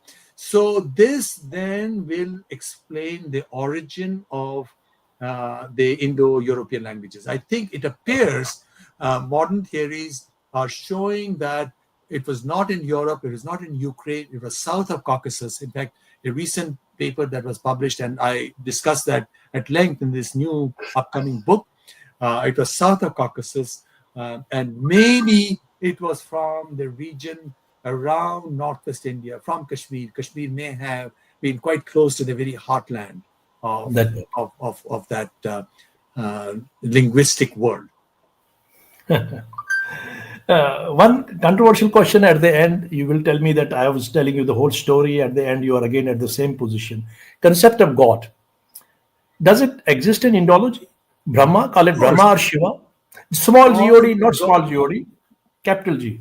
Capital G. God is in Sanskrit is Ishvara, the actual enjoyer. Ishvara is within you. It's another name for Shiva. So the one who enjoys, because otherwise we are Pashu. There's no freedom. Humans Okay. without freedom are Pashu. They are animals. They are only doing what is expected of them or what There's no emancipation. society makes them do. But there is God. Hmm. God is Ishvara. And there is the word God itself is Sanskritic. And I mentioned this. I don't know whether I mentioned it in Idea of India, but my new book called The Vedic Tradition, which is coming out also next month. It's a big book, 500 pages. Oh, There's a chapter on it on the word God. The word God can be traced back to Gandhara region, to Kashmir and Gandhara region. In a word, Afghanistan. the etymology is Swatava. Swatava. Swa means self, Tava means power. Swatava, when it went to Persian, it became Khota. And from there became Khuda. And from Yeah. Khuda came God. So it is actually the word God is Swatava, self power. And Khuda there seems to is be Khuda seems to be very well, connected with what we think about Ishwar. Khuda is self. absolutely. And the Yeah. word is Sanskritic. Even the word Khuda is from Swatava, Khuda. is like Swat means khud. Khudi ko kar buland itna, right? Khud Banda itself is Singh. Swat. So it is, there is a word for God, it is Ishvara. Really, if you take the popular word or if you take the less popular word, scholarly word Swatava, that also means Khuda. And nowadays, I think because even in the Sanatan Parampara, Hindu Parampara also, we are now stuck and we are infatuated, rather intoxicated by the rituals, the lower domains of this Sanatan. And very less among us try to, even get emancipate from that.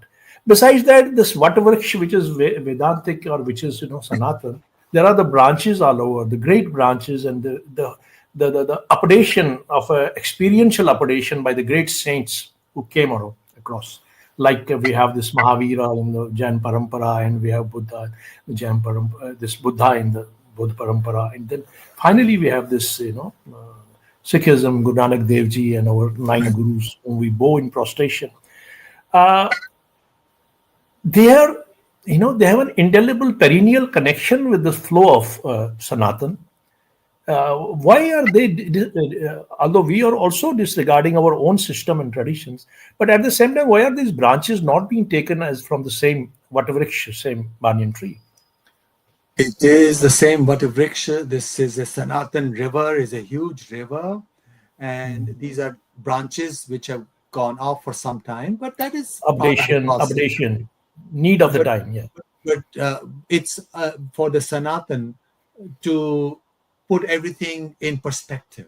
And that's what we are trying to do. That's what your podcast is trying to do through its conversations. This is what my books are trying to do through their conversation, because it's natural for people to step apart and then come back. These are like on a river bank, there are these eddies and then they rejoin. So it's perfectly natural for these branches from this Vatavriksha to feel separate for some time, but ultimately Come back to the main river. they come back together. Yeah. You said So wonderfully someday that somewhere you said very wonderfully that even if somebody becomes Gnostic, it is good. He's honest. absolutely questioning. He's seeking Ultimately, something. uh, He's the, disappointed. Yeah, the Vedic way is about questioning, because you discover yourself only through questioning. You must question everything. conversations. Absolutely. Conversation. It's questioning and through conversation. Not only should you have conversation with Jugal Koul ji, but also with yourself. Oh, I've taken a lot of your time, but I know. I mean, I wish you a long life and good health. And at this age, you're so young, so vibrant. You inspire all of us. But at the same time, we want to read you first, and I wish that all of our youngsters who are witness this program, please go through these books. Although I'm asking you, I have to also order some books from Amazon. I'll probably start from the idea of India and then gradually go to the other wonderful books that Professor Saab has written. You said in the earlier part of this first component of this conversation that you wanted to be a poet. I also wanted to be a poet. I write poetry, but occasionally, not regular. So why not to conclude this beautiful session by one of your poem, which is Oh, close to oh, your heart. okay. I have written many books of poetry, both in Hindi and English. I have, I think, 9 books. But here, since you mentioned this before we got on the show, Yeah. I this is a poem I wrote many years ago, about 45 years ago. It's called A Wounded Bird, and it's in my collection Arrival and Exile, Oh, which is beautiful. freely available. So this is more of an emotional poem, because poetry can also be philosophical, spiritual. This is more emotional. Okay, so here it is: A Wounded Bird. Hmm. You Ah, said beautiful. I was a bird with a broken wing. I'm afraid that when you have nursed me to health, I might fly away. Oh, The sadness in your eyes haunts me. When you have given me life and I take my lonely flight, can I help that? Will it not break your heart? Why do you breathe life into me when it will be the death of both of us? oh, that's so good. Do not grieve at my stony face. My heart warms to your every smile, every touch. I almost feel the strength to fly. Shall I get well and lose you? Beautiful. That I love you is clear, since I ask you for nothing. I would love you even if you went away, leaving my wing bleeding. Oh, I feel guilty that my condition made you interrupt your play. No, you have hung around me for many days now, stroking my feathers, dressing my wounds. Can I ever repay you? You have whispered in my ears that I look so weak and worn that you must help me. And what patience! I haven't spoken. You still console me with your beautiful words. Now it goes on and on. I will stop here, and but you get the idea. that's You get the beautiful. idea. That's I It's got it's an a idea. We got it's a love essence. poem, as you can see. It's a lot. You start with it start. I wanted to. We'll close down with one more question. I am a conversationalist. I will not. That is the padarth love. Because I written somewhere that from bipolarity, it's not a bipolar expanse, it's a universal expansion. So it ignites somewhere down this love story between the two, it ignites it. And it somewhere down, this is what I my understanding, little understanding. Would you think it's right what I'm thinking? Love, like other emotions, is paradoxical. It's both coming together and getting apart. And Yes. people forget that. They feel that you know that then you don't need any everybody. People fall in love, they also need space, and there is a paradox behind it. And that paradox is, while love is about possession, it's also about giving up everything, and it's a balance ultimately. And that's why Freedom. it can only be approached in an aesthetic sense through shringar ras.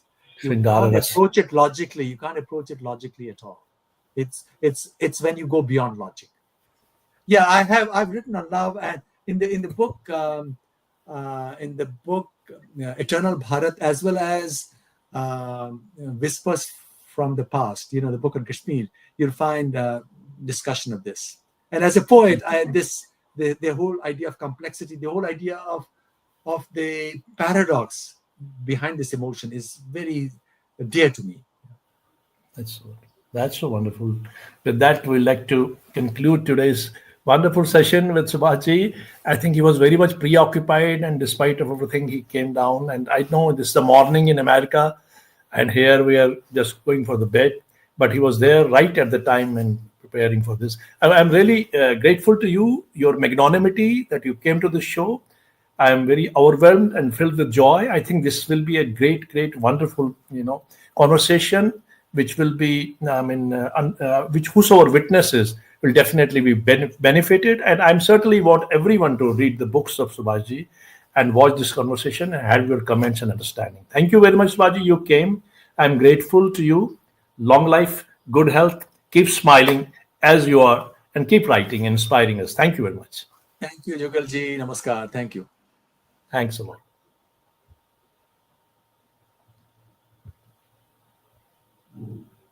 Thank you, Jugal ji. Thanks a lot. Thank you very much. So that was Professor Subhash Kak. I hope I enjoyed every bit of this conversation, and I wanted to, completely, compartment put everything of his knowledge into one conversation, which is not possible. You can't put a ocean into a river. But then again, I've tried to do it smartly, and I have been able to touch the major points. But I think he's a real encyclopedia, a real genius of our times, and we should relish what he writes, and we should relish what he speaks. We must watch his videos, read his papers, and read his books. And with that, I would like to conclude. But before going, my favorite poetess and my mother's favorite poetess, Mahadevi Verma, and my favorite poem, and that is it's also the fourth pillar of Chayava. It's a spiritual romance we were just talking about. तुम मुझ में प्रिय फिर परिचय क्या, तुम मुझ में प्रिय फिर परिचय क्या, तारक में छवि प्राणों में स्मृति, तारक में छवि प्राणों में स्मृति, पलकों में नीरव पद की गति, लघु उर में पुलकों की संस्कृति, बरलाई हूं तेरी चंचल, और करूं जग में संचय क्या, तू मुझ में प्रिय फिर परिचय क्या, चिंतित तू. This is universal, this is beautiful, this is metaphysics, and this is the essence of poetry. चित्रित तू मैं रेखाक्रम, चित्रित तू मैं रेखाक्रम, मधुर राग तू मैं सरसंगम, तू असीम मैं सीमा का भ्रम, तू मुझ में पिया फिर परिचय क्या. Thank you very much. With that wonderful couplet and song, this poetry from Mahadevi Verma, I conclude today's session. It was very exhilarating, enriching, entertaining as well, but we had a lot much information and understood this great personality and his writing today. Thank you very much. Good night. Jai Hind. Shab Khair. Namaskar. Good night.